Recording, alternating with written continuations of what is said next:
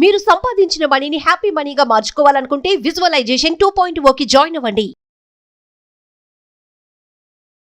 Welcome to Suman TV. నేను మీ Suman TV Nag. So ఈరోజు మనతో పాటు విజయనగరం ఎంపీ కలిసెట్టి అప్పలనాయుడు గారు ఉన్నారు. టీడీపీ పార్టీ తరఫున ఆయన సైకిల్ మీదకి పార్లమెంట్కి వెళ్ళడం అనేది ఎంత వైరల్ అయిందో ప్రతి ఒక్కరూ చూశారు. ఒక కార్యకర్తగా ఎంపీ స్థాయికి వెళ్ళినటువంటి మనిషి ఏం మోటివ్ చేసింది అండ్ పార్టీ తరఫున ఏ రకమైనటువంటి సపోర్ట్ దొరికింది అండ్ ఇవాళ ఒక కార్యకర్త ఎంపీ స్థాయికి ఎదగడానికి విజయనగరం ప్రజలు అందించినటువంటి విజయం సామాన్యమైనది కాదు. 2,50,000 ఓట్ల మెజారిటీ పైన ఆయన ఓట్ బ్యాంక్ని గెలుచుకోవడం జరిగింది. సో అలాంటి వ్యక్తి ఈరోజు మనతో పాటు ఉన్నారు. ఆయన సక్సెస్కి కారణం ఏంటి, ఏ విధంగా ఆయన సక్సెస్ అయ్యారు అనేది వారి మాటలోనే తెలుసుకుందాం. నమస్కారం సార్. నమస్కారం. So first of all congratulations. Thank you. మీరు సైకిల్ మీద పార్లమెంట్కి వెళ్ళినటువంటి వీడియో బాగా వైరల్ అయిందండి. అసలు అంటే పార్టీ మీద మీకు ఎంత ప్రేమ ఉంది, ఒక్కొక్క తెలుగువాడిని మనకు ఉండేటువంటి ఐడెంటిటీని ఆ సైకిల్ రూపంలో ఏ విధంగా చూపించారని చెప్పడానికి గొప్ప నిదర్శనం అది. Thank you. ఎప్పుడు అంటే టీడీపీ తెలుగువాడి ఆత్మగౌరవం అని చెప్పేసి అంటూ ఉంటారు కదా, మన ఐడెంటిటీని ఆ విధంగా చూపించడానికి ప్రొజెక్ట్ చేశారు. Really great. ఒక్కొక్క ఎంపీ ఆ స్థాయిలో ఉండి సైకిల్ మీద వెళ్ళటం అనేది. చంద్రబాబు నాయుడు గారు కూడా దానికి సంబంధించి నేను ఒక ఆర్టికల్లో చదివాను. అవకాశం ఇచ్చాము, దాన్ని ప్రూవ్ చేసుకోవడానికి ఒక్కొక్క కార్యకర్త నుంచి ఎంపీ స్థాయికి వెళ్ళినటువంటి విజయనగరం ఎంపీ కలిసెట్టి అప్పలనాయుడు గారు సో ఆ విధంగా పార్టీకి ప్రధానంగా పనిచేస్తూ ఉన్నారని చెప్పేసి ఒక్కొక్క ఆర్టికల్ కూడా చదివాను నేను. ఎలా సార్ ఒక కార్యకర్త నుంచి ఎంపీ స్థాయికి ఎలా మీ జర్నీ? ఇది నమ్మకం. చంద్రబాబు నాయుడు గారు, నారా లోకేష్ గారు నా పట్ల ప్రధానంగా ఉంచిన నమ్మకం. నేను ఒకటే ఫస్ట్ నుంచి కూడా భావించింది ఏంటంటే, చాలా సందర్భాల్లో నాకు ఎమ్మెల్యేగా ఎమ్మెల్సీగా అవకాశం వచ్చేటప్పుడు బీఫామ్ చేతికిచ్చి ఇవ్వలేకపోతున్నా, వేరే వాళ్ళకి ఇవ్వాలన్నప్పుడు కూడా ఒక్క నిమిషం కూడా నేను ఫీల్ అవ్వలే. ఒక్క నిమిషం కూడా ఏంటి ఇలా జరిగింది కూడా ఆలోచించలే. నేనేమనుకున్నానంటే, పార్టీ అనేది ప్రయోజనం అనేది పార్టీ దృష్టిలో చాలా అంశాలు ఉంటాయి. వారికి ఉన్న ఆబ్లిగేషన్స్ ఉంటాయి, వారికి ఉన్న ఒత్తిళ్ళు ఉంటాయి, లేదా వారికి ఉన్న ప్రయోజనాలు చాలా ఎక్కువ ఉంటాయి, పార్టీ ప్రయోజనాలు. ఆ సందర్భాల్లో ఇవ్వలేకపోయారేమని ఫీల్ అయ్యాను తప్ప ఎందుకు ఇవ్వలేదని ఏ రోజు క్వశ్చన్ చేయలేదు. నా మనసు నేను కూడా క్వశ్చన్ చేసుకోలే, అరే ఎందుకు ఇక్కడ ఉన్నాను అనే ఫీలింగ్ కూడా రాలే. సో నేను చంద్రబాబు నాయుడు గారు ఏ పదవులు లేనప్పుడు కూడా ఎప్పుడైనా సామాన్యంగా ఎదురైతే అప్పలనాయుడు బాగున్నావా, ఎలా ఉన్నావు, ప్రేమగా పిలిచే సందర్భాలు కానీ, లేకపోతే నా మీద ఒక నమ్మకంతో ఏదైనా ఒక ప్రాజెక్ట్ ఇస్తే 3 జిల్లాల్లోనో లేకపోతే ఆ జిల్లాల్లోనో ఎలాగుందని అడిగేటప్పుడు నేను జెన్యూన్గా చెప్పే సందర్భాలు కొన్ని ఉన్నాయి. ఆ నమ్మకాన్ని ఈరోజు స్ట్రాంగ్ అయ్యి మొన్న ఎన్నికల్లో 2024 ఎన్నికల్లో ఎంత ప్రతిష్టాత్మకం అంటే ప్రతి సీటు కూడా ఇంపార్టెంట్. అసలు life and death. Telugu Desam party గెలిస్తే ఓకే, గెలవకపోతే మరి లేదు అనే ఒక టర్నింగ్లో, ఆ పరిస్థితుల్లో మనం అడగకుండా అసలు మనం దరఖాస్తు చేయలేదు, లాబింగ్లు చేయలేదు, ఏం చేయలే. కేవలం అప్పలనాయుడు చాలా సందర్భాల్లో ఎన్నికపడ్డాడనో, లేకపోతే పార్టీ కోసం వెయిట్ చేసాడేనో, లేకపోతే పార్టీ కోసం సర్వీస్ ఇచ్చాడేనో, పార్టీ లైన్ను దాటలేదు కనుక ఆలోచనతో ఏం బహుశా వారు పిలిచి, లోకేష్ గారు వారు పిలిచి, ఇద్దరు పిలిచి, పిల్లలు కూడా కాదు యాక్చువల్లీ ప్రకటించారు. అసలు ఇంటిమేషన్ కూడా లేదు. నాకు ఒక మిత్రుడు,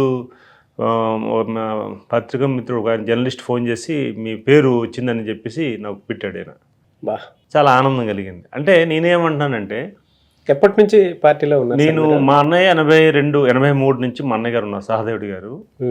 వారు అయిన తర్వాత నేను డిగ్రీ అయిన సందర్భాల్లో తర్వాత 95 నుంచి యాక్టివ్ అయ్యాను, పార్టీకి చాలా యాక్టివ్ అయ్యాను. ఆ సందర్భంలో నేను చాలా యాక్టివిటీస్ పార్టీ పరంగా చాలా యాక్టివిటీస్ చేశాను. 3 జిల్లాల ట్రైనింగ్ ప్రోగ్రామ్కి ఉత్తరాంధ్రలో ట్రైనింగ్ దాదాపు 10 లక్షల మంది కార్యకర్త ట్రైనింగ్ ప్రోగ్రామ్కి ఇన్ఛార్జి చేశారు నాకు డైరెక్టర్గా. ఆ సందర్భం అవచ్చు. గతంలో కూడా గ్రామ స్థాయి నుంచి నేను పనిచేశాను. అంటే 3 జిల్లాలకు ఇన్ఛార్జి కాకముందు మా వీరపురం విలేజ్లో కూడా గ్రామ కమిటీ సెక్రటరీగా పనిచేశాను.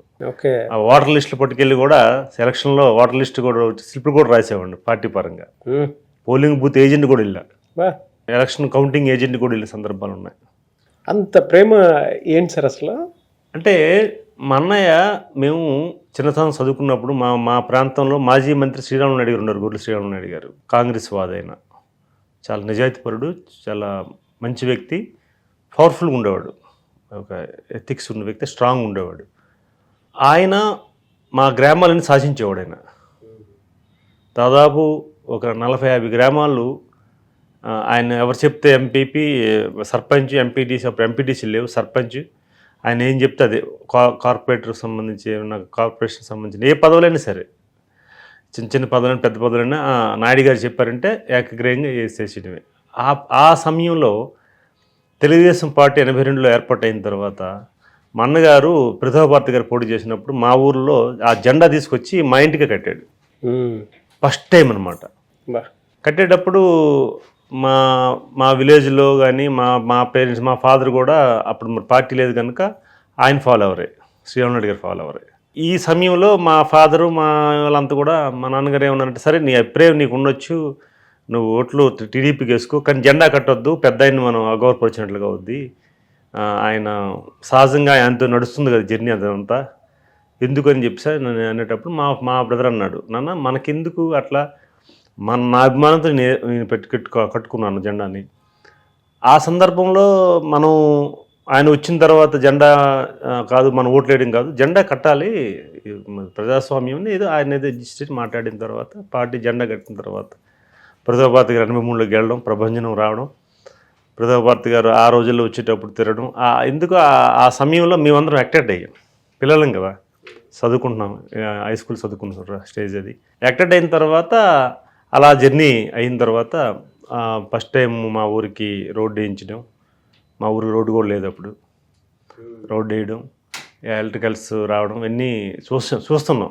తెలుగుదేశం వచ్చిన తర్వాత గ్రామీణ ప్రాంతాల్లో ఇలాగ అవుతున్నాయి. ఒకటి అంటే చీకటి ఉన్న దీని నుంచి వెలుతురు వచ్చింది, ఒకేసారి ఎలక్ట్రికల్ వచ్చింది, రోడ్డు వచ్చింది. ఇట్లా చూడగానే ఒక అభిప్రాయం అనమాట, ఓహో తెలుగుదేశం పార్టీ అంటే ఇలా ఉంటుంది, గత పాలన కంటే ఇప్పుడు మెరుగ్గా ఉంది, సో ఈ పార్టీని మనం ఇచ్చేయాలని చెప్పేసి అట్లాగా ఎడిట్ అయ్యాం. ఎంటైర్ ఫ్యామిలీ ఊరు కూడా అయిపోయి, మా ఊరు కూడా అట్లా అయిపోయి. ఈ క్రమంలో 95లో చంద్రబాబు నాయుడు ముఖ్యమంత్రి అయిన తర్వాత శ్రీకాకుళం వచ్చారు మున్సిపల్ గ్రౌండ్లో. నేను ఈనాడు రిపోర్టర్గా పనిచేస్తున్నాను. ఆ సమయంలో వచ్చేటప్పుడు మున్సిపల్ గ్రౌండ్లో ప్రతిభా భారతి గారు, ఎర్రనాయుడు గారు, కళా వెంకటరావు గారు, తమ్మినేని సీతారాం పార్టీలో ఉన్నారు. అప్పుడు అందరూ ఒక పొజిషన్లో ఉన్నారు.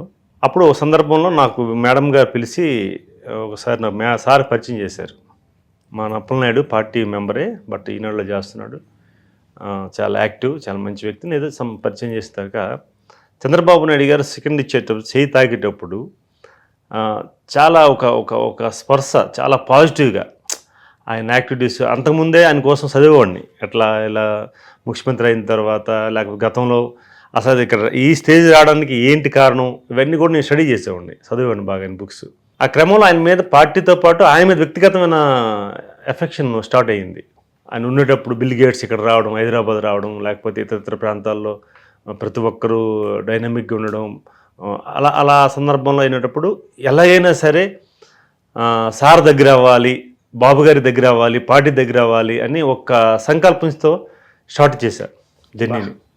మీకు ఇదే హైదరాబాద్లో నెలకి ఇంటి దగ్గర ఉంటే 2 రోజులు ఉండేవాడిని నేను, అంతే, 2-3 రోజులు అంతే. విశాఖపట్నం ట్రైన్ ప్రయాణం చేయడం, హైదరాబాద్ దిగడం, 2 రోజులు చూసుకోవడం, మళ్ళీ వెళ్ళడం, మళ్ళీ 1 డే అటు చూసుకోవడం, మళ్ళీ ఇటు రావడం, ఇట్లా షటిల్ సర్వీస్ చేశాను. ఆ పార్టీ ఆఫీస్కి వెళ్ళడం, పార్టీ ఆఫీస్లో భోజనం చేయడం, పార్టీ ఆఫీస్లో నిద్రపోవడం, మా శిక్షణ తరగతులు ఉండే అట్లా ఆ ప్రోగ్రాం.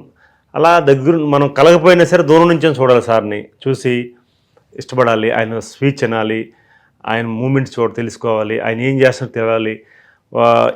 ఇలా క్లోజ్గా ఇష్టపడే సందర్భాలు చాలా ఎక్కువ ఉన్నాయి. బహుశా ఇష్టము మనసులో ఉండబట్టేమో ఈరోజు నన్ను ఆయన అడగకుండా, ఈరోజు పరిస్థితులు కూడా ఓపెన్గా చెప్పాలి, 100 కోట్లు ఒక ఎంపీకి పోటీ చేయాలంటే 100 కోట్లు కావాలి. పారిశ్రామికవేత్తలు కూడా మా కాన్స్టిట్యున్సీలో విజయనగరం పార్లమెంట్లో చాలామంది అడిగారు, ప్రయత్నాలు చేశారు. ఎంత ప్రయత్నాలు అంటే చాలా ఇన్ఫ్లుయెన్స్ కూడా చేశారు వారి మీద. కానీ వారు ఇప్పుడు కూడా ఏంటంటే ఒక వ్యక్తి ఉన్నారని అనేవారంట. ఆ వ్యక్తి ఎవరో తెలియక చాలామంది అన్వేషణ చేశారు, ఎవరు ఆ వ్యక్తి కోసం బాబు గారు ఎందుకు మాట పేరు చెప్పేవాడు కాదంట ఆయన, పెద్ద ఆయన, ఓ వ్యక్తి ఉన్నారు ఆయనకి ఇవ్వాలని చెప్పాను ఎవరంట. ఆ వ్యక్తి ఎవరు అన్నప్పుడు నాకు రావడం నాకు చాలా అదృష్టం. ఒక్కరోజు కూడా ఫోన్ కాల్ కానీ, ఒకరోజు కూడా నీకు ఇస్తున్నానని చెప్పడం కానీ ఒక్కరోజు చెప్పలే. మరి నేను ఎమ్మెల్యేకి అయితే ఇచ్చర్లకి వర్క్ చేసుకున్నాను, ఎమ్మెల్యే కోసం చాలా ప్రయత్నం చేశాను. ఎందుకంటే ఒకసారి చట్టసభలోకి వెళ్ళాలి. నా కోరిక ఏంటంటే చంద్రబాబు నాయుడు గారు, లోకేష్ గారు చట్టసభలోకి వెళ్తున్నారు కనుక 24లో నేను వారితో వెళ్ళాలి అని ఒక డ్రీమ్. ఆ డ్రీమ్ని పర్ఫెక్ట్గా నేను చేసుకున్నా. బీజేపీకి పొత్తులో భాగంగా బీజేపీ అక్కడ పురంధేశ్వరి గారు, అక్కడ ఉన్న ఈశ్వరరావు గారు బలంగా అడగడంతో వారికి ఇచ్చారు. అయినా సరే నేను హట్ అవ్వలే. ప్రెస్ మీట్లు పెట్టి ఈ ఎంపీకి ప్రకటించేందుకు 1 వీక్ గ్యాప్ వచ్చింది. ఆ సమయంలో ఎక్కడ దూరంగా ఉన్నాను. మీడియా ఎవరిని అడిగితే ఏంటి పరిస్థితి అన్నా, లేకపోతే కొంతమంది ఇన్ఫినిటీ చేస్తామన్నా, లేకపోతే రకరకాలు వచ్చినా సరే దాన్ని ఏమి నేను మాట్లాడాలి, దూరంగా ఉన్నా. నాకు తెలుసు నా సంకల్ప బలం గొప్పది. చంద్రబాబు నాయుడు గారిని, పార్టీని మనం ఇష్టపడుతున్నాం అంటే ఆటోమేటిక్గా అది వస్తుంది. మనంలో ఇష్టపడకపోవడానికి ఏదైనా లాజిక్గా ఇష్టపడుతున్నామా, లేకపోతే మనస్ఫూర్తిగా ఇష్టపడుతున్నామా, లేకపోతే ఏదో పైన ఇష్టపడుతున్నాం అనేది 3 ఉంటాయి కదా మనసుకి. అవునవును. సో మనకు తెలిసిపోతుంది రిజల్ట్. ఎప్పుడైనా సరే ఒక రిజల్ట్ వచ్చిందంటే బలంగా నమ్మేది ఏంటంటే మన ఇన్పుట్ ఎట్లా ఉంది ముందు బేసిక్గా అది ఉంటే రిజల్ట్ వస్తుంది. అవును. ఊరికినే షో వర్క్ చేస్తే రాదు. నేనేది బలంగా నమ్ముతాను. అది పదవి అవ్వచ్చు, వ్యవస్థలో గౌరవం అవ్వచ్చు. సో నేనేమనుకున్నానంటే 100% నేను చట్టసభలోకి వెళ్తున్నానని నమ్మకంగా ఉన్నాను నేను. ఓకే. 100%. కానీ ఈ మహా చట్టసభ ఇది చిన్న విషయం కాదు. ఎందుకంటే ఈరోజు నేను మనను ప్రమాణ స్వీకరణ చేసినప్పుడు అడుగు పెడుతున్నప్పుడు ఒక మహా వ్యవస్థ, ఈరోజు ప్రజాస్వామ్యంలో ఎంత బలమైన వేదిక మన పార్లమెంట్ వ్యవస్థ. ఆ పార్లమెంట్ వ్యవస్థ అడుగు పెడుతున్నప్పుడు మహానుభావులు ఎంతోమంది 7 times, 8 times, 6 times ప్రధానమంత్రి గారు మోడీ గారు ఒక పక్క, ఇంకో పక్క రాహుల్ గాంధీ గారు, ఎంతో మేధావులు. ఒక రకం చెప్పాలంటే ఇంత ప్రపంచం అంటే మన భారతదేశంలో ఇంత కీలకమైన ప్లేస్లో మనం వెళ్ళామంటే చంద్రబాబు నాయుడు గారిది, నారా లోకేష్ గారి క్రెడిట్ ఇది. వారు నమ్మకంతో ఇచ్చారు. ఒక కార్యకర్తగా ఉన్న మీకు ఎలా ఐడెంటిఫై చేశారు? ఫస్ట్ ఎప్పుడు ఎలా కలిశారు మీరు చంద్రబాబు నాయుడు గారు? సందర్భంలో నేను మార్కెట్ కమిటీ చైర్మన్ నాకు ఇచ్చేటప్పుడు ఏదైనా చేయాలన్న తపన అన్వేషణ చేశా. ఆ మార్కెట్ కమిటీ చైర్మన్ కూడా చాలా వారయ్యి ఒక 2 years ఎవరికి ఇవ్వాలి అన్న ఆలోచన. ఎందుకంటే మాకు చివరి బిలియన్లు హెచ్ఆర్ల కాన్స్టిట్యున్సీకి పొందూరు మార్కెట్ కమిటీ అనేది కొద్ది ఫేమస్, పెద్దది. ఉత్తరాంధ్రలో హైయెస్ట్ మార్కెట్ కమిటీ, చాలా పెద్దది. పొందూరు కాదు, మీకు ఐడియా ఉంది కదా? అవును. సో అంత ప్రతిష్టాత్మకమైన మార్కెట్ కమిటీకి ఒక పక్క గద్దిబాబురావు గారు చిరుబిల్లి ఎమ్మెల్యే ఉన్నారు, మేడం గారు ప్రతిభా భారతి గారు హెచ్ఆర్లుగా వారు ఉన్నారు. వీళ్ళిరువురు కలవాలి. వీళ్ళిరువురు కలిపి ఒక మార్కెట్ కమిటీ చైర్మన్ వేసుకోవాలి. వారికి కావాలి వారు, ఈమెకి కావాలి ఈమె. ఈ ప్రయాణంలో ఒక 1.5 year గ్యాప్ వచ్చింది వేయడానికి. నేను ఏం చేశానంటే ఏదైనా చెయ్యాలి, మనం రైతు బిడ్డగా వచ్చాం, రైతులకి ఏదైనా చెయ్యాలి. బహుశా ఫోకస్ చేశా మార్కెట్ కమిటీ చైర్మన్ అవ్వాలని అన్నప్పుడు నేను వచ్చి మేడం గారిని అడిగి వారి దగ్గర రిక్వెస్ట్ చేసి ఆ సందర్భంలో అయినప్పుడు అక్కడి నుంచే బాబు గారి నుంచి ఒక ఇంటెలిజెన్స్ రిపోర్ట్ ఏంటంటే ఈ ఒక 10 పేర్లు ఉంటాయి కదా ప్రపోజ్ చేస్తారు, అందులో అప్పలనాయుడు అయితే బెస్ట్ ఏమని మెసేజ్ వెళ్ళడంతో ప్రతిభా భారతి గారు స్ట్రాంగ్గా ఉన్నారు మనకి ఇవ్వాలని, చాలా స్ట్రాంగ్గా ఉన్నారు. ఇచ్చిన తర్వాత ఏం చేసామంటే ఇంత పరిస్థితుల్లో కూడా ఇచ్చారు. అంటే ఎంతమంది పోటీ పడిన సందర్భాల్లో మనకు పిలిచి ఇచ్చినప్పుడు మనం దానికి ఎంత బాధ్యతగా చేయాలని ఆలోచించినప్పుడు వరంగల్ మార్కెట్ యార్డ్లో ఆ రోజుల్లో వరి విత్తనాల కోసం, ఎరువుల కోసం మార్కెట్ యార్డ్ని రైతులు తగలబెట్టారు. నాకు అనిపించింది అక్కడ తగలబెట్టారు. ఈ మార్కెట్ కమిటీలో రైతులు జైజేలు కొట్టాలి, ఏం చేయాలి? కేస్ స్టడీ చేసిన తర్వాత మా సెక్రటరీ, మా సూపర్వైజర్లు అందరినీ, ఏఓస్ని అందరినీ మీటింగ్ పెట్టి నేను వెహికల్స్ ఒకటి ఇస్తాను. 5 మండలాలు మావి, 5 మండలాలకు 5 వెహికల్స్ ఇస్తాను. 5 వెహికల్స్ సంబంధించి రైతు అనేవాడు మార్కెట్ యార్డ్ ఎరువులకు కానీ విత్తనాలకు రాకూడదు. మనం ఎరువులు కానీ విత్తనాలు కానీ రైతు దగ్గర పోవాలి. ఓకే. దానికి సంబంధించి ఏదైనా మీకు టెక్నికల్ ప్రాబ్లం అయితే నాకు చెప్పండి, నేను భరించుకుంటా.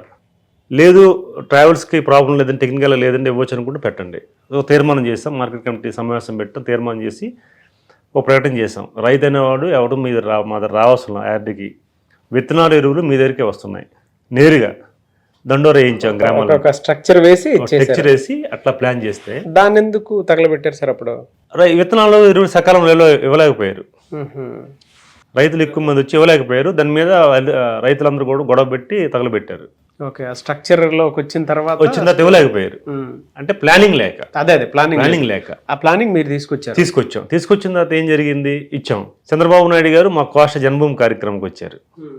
మా కలెక్టర్ గారు విజయనంద్ ఉండేవారు, వారు తమిళనాడు సీతారాం మినిస్టరు. ఎరువులు కూడా పొందూరు మార్కెట్ కమిటీ దీంట్లో మా టెక్చర్స్ ఇట్లా ఉన్నాయండి, ఎరువులు విత్తనాలకి ఏ రైతు మార్కెట్ యార్డ్కి రావట్లేదు, నేరుగా గ్రామాలకు పోయి రైతు దగ్గరికి పోతుందని చెప్పేసి వాళ్ళు ఒక అఫీషియల్ నోట్ పెట్టారు. సారు స్టడీ చేసి బాగుందని చెప్పేసి నన్ను పిలిపించారు. ఎట్లా చేస్తున్నావు, నేను ఒక డెమో పెట్టాను అక్కడ, విత్తనాలు స్టాల్ పెట్టాను.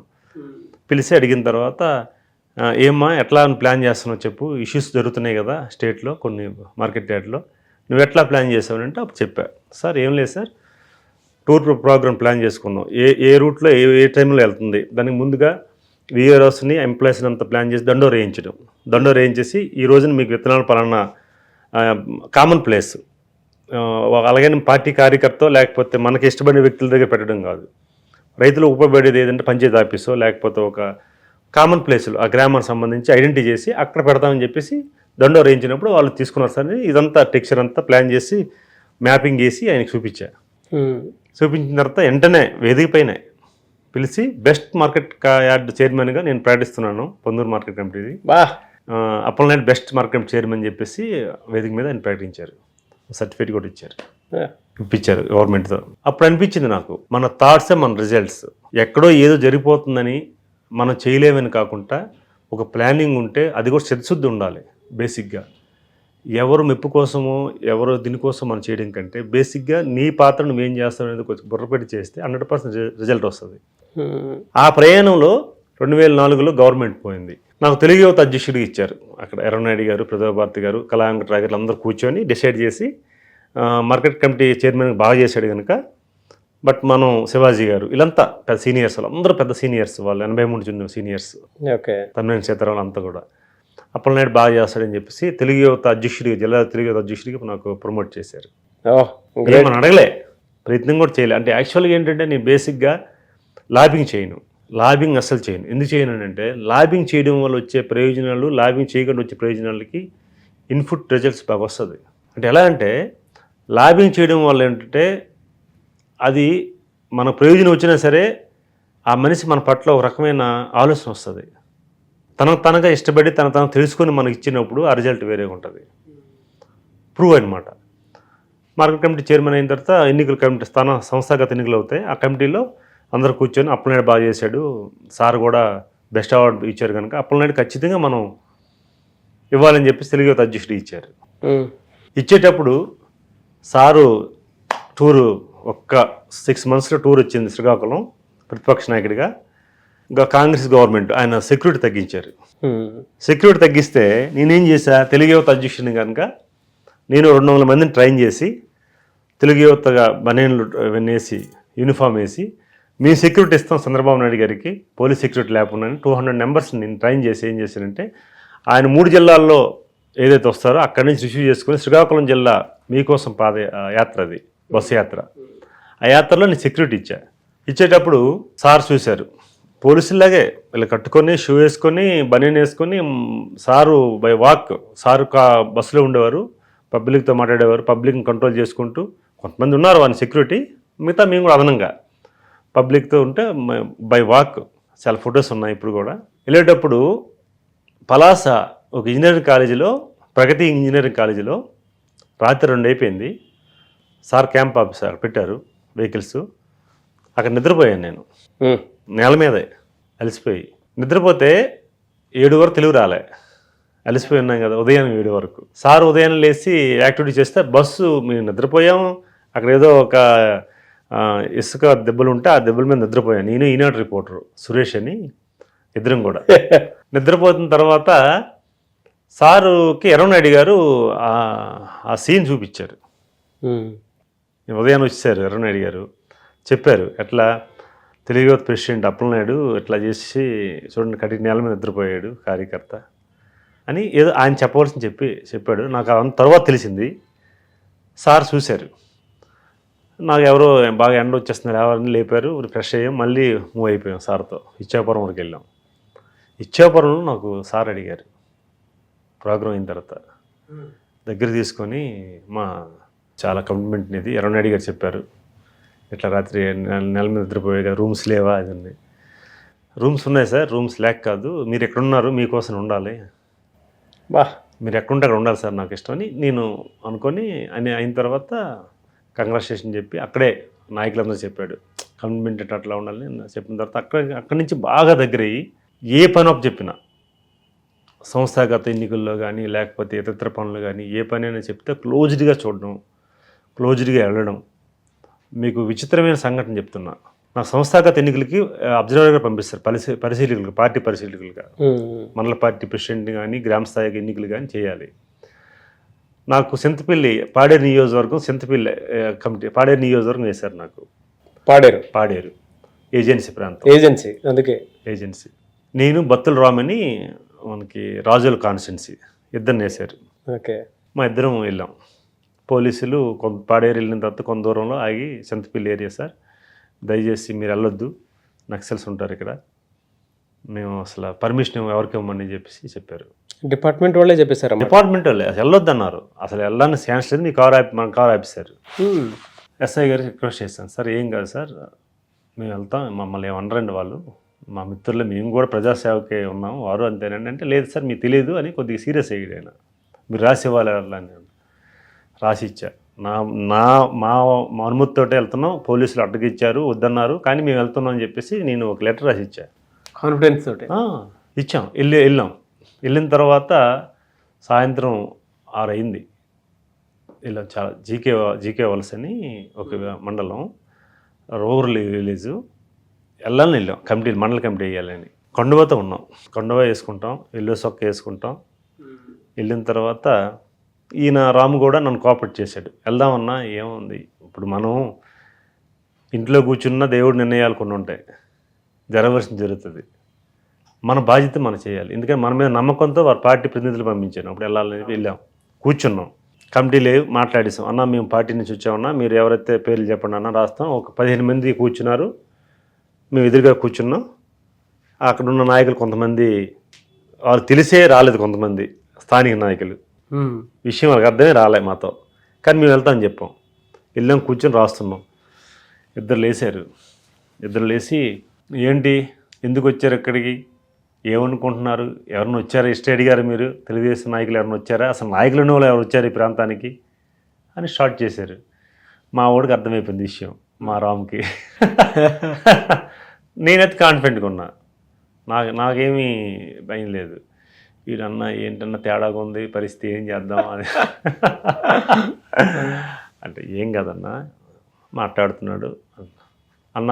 అప్పుడు నేను లేసి, అన్న నేను మాట్లాడవచ్చా అన్న, మాట్లాడు అని కొద్దిగా అగ్రెసివ్గా అన్నాడు ఆయన. అన్న నా పేరు కలిసిట్టి అప్పలనాయుడు, నేను కనిదారు ఉద్యమం చేశాను, మీరే నా అప్పలనాయుడు అన్నాడు ఆయన. ఎట్లాగన్నాడు, మీరేనా అప్పలనాయుడు అన్నాడు. ఎస్ అన్న నేనే అన్నాడు. పక్కెళ్ళాడు, 2 నిమిషాల తర్వాత మాట్లాడి, ఎవరితో మాట్లాడి నాకు తెలియదు, వచ్చాడు. బయటకు వచ్చిన తర్వాత, ఉద్యమం చేశారు కరెక్టే అన్న, మీకు విషయం చెప్పాలి, మీరు కనుక ఇక్కడి నుంచి విడిచిపెడుతున్నాను మిమ్మల్ని, ఇంకో వాళ్ళైతే ప్రాణాలు తెలియదు లేదు, సీరియస్, ఎప్పుడు రావద్దు, నేనున్నాను కనుక సరిపోయింది ఈ ప్లేస్లో, మీరు నేనే లేకపోతే మీకోసం నాకు తెలుసు కనుక నేను ఉన్నాను.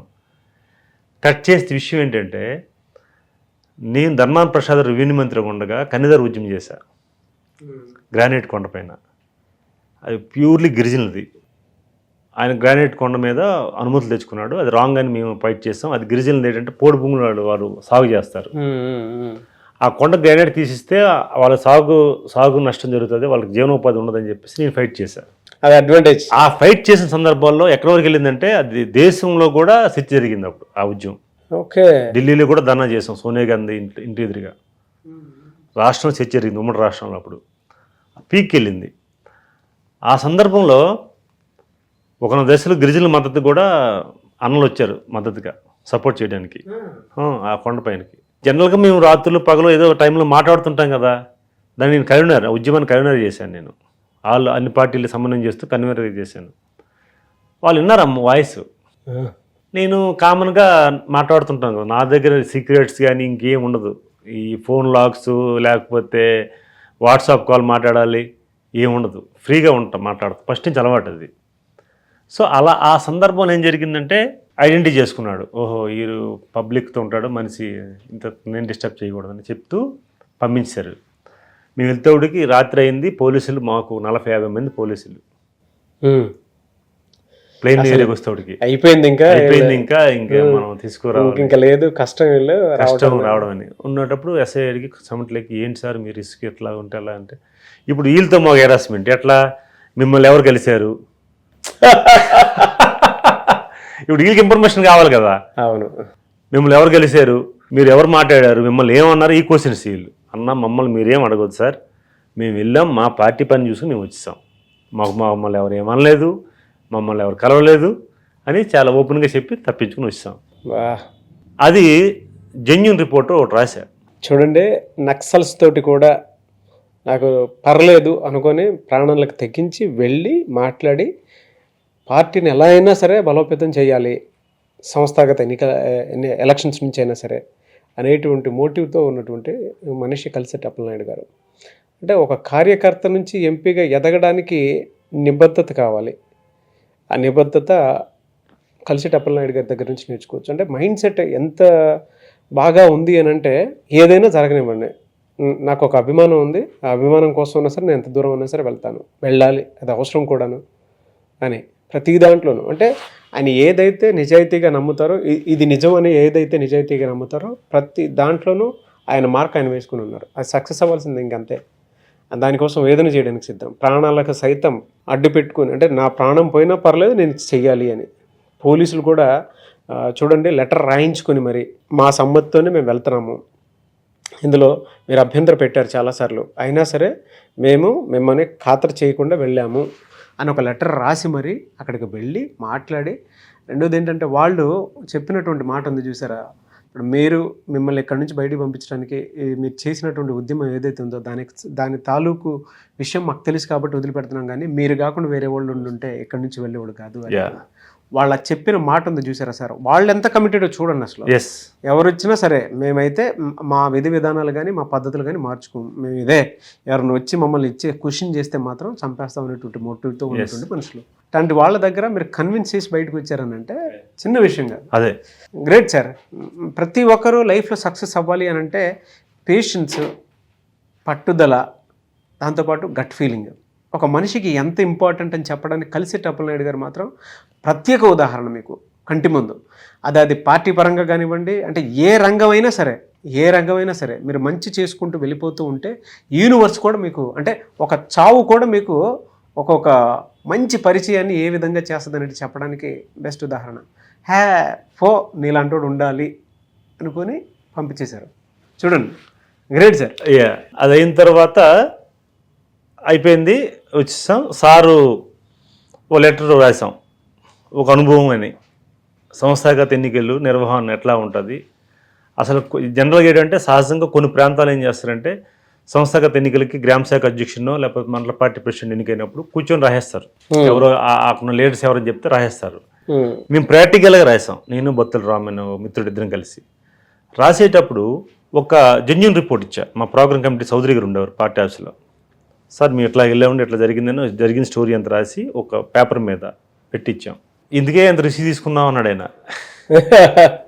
ఎందుకే ఎంత రిస్క్, ఇప్పుడు వెళ్ళే కదా, ఏదో చేయొచ్చు కదంటే, లేదు సార్ నాకు ఇంట్రెస్ట్ అని చెప్పి అయిపోయింది. సార్ 1 month పోయిన తర్వాత నేను కలిసేటప్పుడు జరిగిన సంఘటనని ఆయన అడిగారు నాకు, నేరుగా అడిగినప్పుడు ఏంటి అప్పలనాయుడు ఇట్లా జరిగిందంట కదా. అవును సార్ జరిగింది సార్. ఓకే అమ్మా, ఏం కదమ్మా, పార్టీ అని అయిపోయింది. అయిపోయిన తర్వాత అదో సిచ్యువేషన్. రెండో సిచ్యువేషన్ ఏంటంటే నాకు జిల్లా పార్టీ ప్రెసిడెంట్గా రేస్లో పెట్టారు.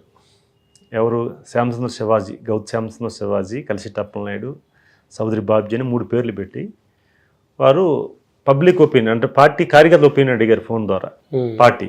నేను సడన్ షాక్ అయ్యాను వాస్తవంగా. ఎలా ఎందుకు శ్యామసుందర్ శివాజీ గారి పక్కన పేరు నా పేరు పెట్టారు, అడిగారు. పార్టీ చాలా గౌరవం ఇచ్చింది నాకు. ఇది రాకుండా పర్లేదు, కానీ నన్ను ఆయన పక్కన పెట్టి అడిగారంటే ఆయన ఒక ఉన్నతమైన మనిషి, గౌతు లచ్చన్ గారు అబ్బాయి, సర్దార్ గౌతు లచ్చన్ అబ్బాయి శివాజీ గారు. సో కంపారిజింగ్ చేసుకున్నా. ఆ టైంలో ఆర్కేట్ ఇచ్చారు పార్టీ అధ్యక్షుడిగా, సీనియర్ కనుక. నేను ఒక ఉత్తరం రాశా, కృతజ్ఞత లెటర్ చంద్రబాబు నాయుడు గారికి. సార్ నా పేరు మీరు గుర్తించి ఒక జిల్లా పార్టీ, శ్రీకాకుళం జిల్లా పార్టీ అధ్యక్షుడిగా పేరు పరిశీలన పెట్టినందుకు మీకు కృతజ్ఞత తెలియజేసుకుంటాను చెప్పి ఒక 4 లైన్లు పెట్టి సార్కి ఇచ్చాను. ఆ ప్రోగ్రామ్ కమిటీకి ఇచ్చాను. ప్రోగ్రామ్ కమిటీ వాళ్ళు పంపిస్తారు. అట్లా పంపిస్తే స్టేట్లో ఇంతవరకు ఏ కార్యకర్త, ఏ నాయకుడు కూడా నాకు పదవి రాలేదని ఏడుస్తారు, పరిశీలన పెడితే నువ్వు కృతజ్ఞత చెప్తానవయ్యా అని మా చౌదరి గారు అన్నారు. సార్ మనకి ఇప్పుడు కూడా అన్నీ రావాలనో అన్నీ కావాలనుకుంటే ఎవరికి సాధ్యం కాదు. అసలు పరిశీలన రావడమే గొప్ప. ఒక సామాన్య కార్యకర్తకి ఒక జిల్లా పార్టీ ప్రెసిడెంట్గా పరిశీలన రావడం చాలా పెద్ద గొప్ప. నాకు ఆనందం కలిగింది, ఇచ్చాను అంటే ఇది ఇచ్చిన తర్వాత సారు కార్యకర్తల సమావేశంలో ఆ విషయాన్ని ప్రస్తావన చేశారు. అప్పలనాయుడు అనే వ్యక్తి జిల్లా పార్టీ అధ్యక్షుడిగా పరిశీలన పెడితేనే పార్టీ కృతజ్ఞతగా చెప్పి ఒక ఉత్తరం ఇచ్చాడు. మీకు పదవులు ఇచ్చినా సరే ఎవరో ఉత్తరం రాయలేదని చెప్పేసి ఆయన ఒక సందర్భంలో చెప్పాడు. ఆయన నేనేమంటున్నానంటే ఆయన అంటాడని నేను రాయలేదు ఉత్తరం. మన మనసుకి, మన సెల్ఫ్ సాటిస్ఫాక్షన్కి, మన మనసుకి మనం సమాధానం చెప్పుకోవాలి. ఆ పాజిటివ్గా వెళ్ళేటప్పుడే ఆ పాజిటివ్ రిజల్ట్స్ ఈరోజు అడగకుండా కొన్ని వెలకట్టలేని పదవి, ఇది వెలకట్టలేము. చాలామంది పారిశ్రామికవేత్తలు అదే సమయంలో ఒక దశలో అశోక్ గజపతిరాజు గారు పోటీ చేసిన స్థానం, వారు పోటీ చేస్తామంటే 2 నిమిషాలు కూడా ఆలోచించకుండా వారికి టికెట్ ఇస్తారు.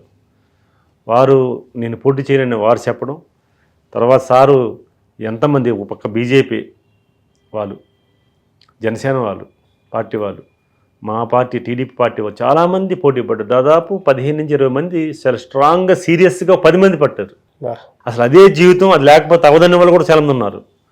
దానికోసం సర్వ ఆస్తిని అమ్మేయాలి, టికెట్ సంపాదించాలని. కానీ ఒక్క లాబింగ్, ఒక్క విషయం కూడా, ఒక్క నాయకుడితో కూడా రికమెండ్ చేసుకోకుండా చంద్రబాబు నాయుడు గారు, నారా లోకేష్ గారు ఇద్దరు నేను చెప్తున్నానంటే చాలా క్లోజ్డ్గా చూశారు నన్ను. లోకేష్ గారు అయితే నన్ను చాలా క్లోజ్డ్గా 10 ఏళ్ళకి గమనించారు.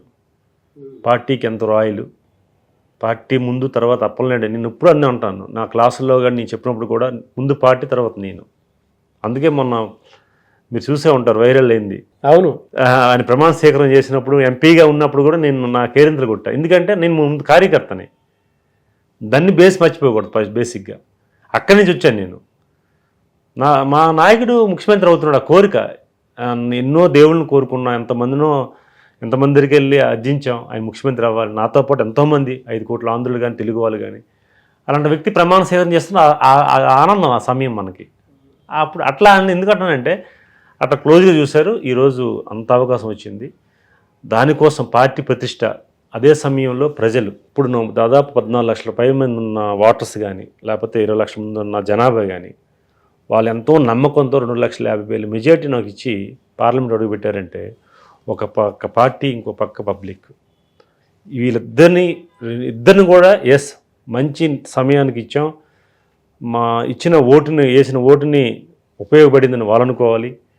వీరు కూడా పార్టీ అధిష్టానం ఏమనుకోవాలి, ఎస్ మనం ఇచ్చాం టికెట్ 100% పార్టీ ప్రయోజనమైంది, ప్రజలకు ప్రయోజనమైంది అనేది వీరు అనుకోవాలి. అప్పుడే మన సక్సెస్. Great sir. అందుకు నేను బలంగా నమ్ముతున్నా ఏంటంటే మనం ఎవరిని కూడా ఏ సందర్భంలో కూడా మనం అనవసరంగా మనం ఓటు వేస్ట్ చేసాం, లేకపోతే అనవసరంగా టికెట్ ఈయనకి ఇచ్చాం గెలిపించాం అని వీరు అనుకోకూడదు, వారు అనుకోకూడదు. అట్లాగా అది బ్యాలెన్స్డ్గా వెళ్ళాలి. అందుకు నేను గెలిచిన మరుక్షణమే ప్రమాణ స్వీకారం చేయకముందే నేను ప్రజల్లో గెలిపాను. ప్రజలతో ఉన్నా, ప్రజల కోసం ఉంటా. నా సమయం అంతా కూడా అట్లానే కేటాయిస్తా. అందుకు ఈ ప్రాంతం కూడా సంబంధం లేదు. నిన్ననే ఈరోజు ఒక ఆర్టికల్ వచ్చింది, పార్వతీపురం ఏరియా అరకు పార్లమెంటు, అక్కడ రైల్వే గేట్లు ఒక 3 గేట్లు ఉండడం వల్ల తెలుగు ప్రజలు ఇటు నా కాన్స్టిట్యున్సీ వాళ్ళు అవ్వచ్చు, ఆంధ్రా నుంచి వలస వెళ్ళడానికి కానీ చాలామంది ఇబ్బంది పడుతున్నారు. ఆ గేట్ల వల్ల ఫ్లైఓవర్ కావాలి, రైల్వే గేట్స్ సమస్య ఇప్పటి నుంచే ఉంది ప్రాబ్లం. ఓ సందర్భాల్లో నేను ప్రయాణం చేసినప్పుడు నాకు ఐడియా వచ్చింది. ఒక మిత్రుడు కూడా నాకు చెప్పాడు ఇట్లా ప్రాబ్లం ఉందండి అని. నిన్ననే ఏం చేశాను, రైల్వే మంత్రికి ఉత్తరం రాసి సరే ఇట్లా ప్రాబ్లం ఉందని చెప్పేసి ఆ ఫొటోస్ వీడియోస్ అన్నీ సబ్మిట్ చేసి ఆ రైల్వే మంత్రి ఓఎస్డీ ఉంటాడు, ఆయన స్వయంగా కలిసి యాక్చువల్గా మనం మెయిల్ పెట్టవచ్చు. యాజ్ ఎంపీగా ఎవరికైనా కన్సల్ట్ మినిస్టర్కో మన ప్రధానమంత్రికో మెయిల్ పెట్టేసి ఆ మెయిల్ ఉంటుంది, మెయిల్ ఫార్వర్డ్ చేసేవచ్చు.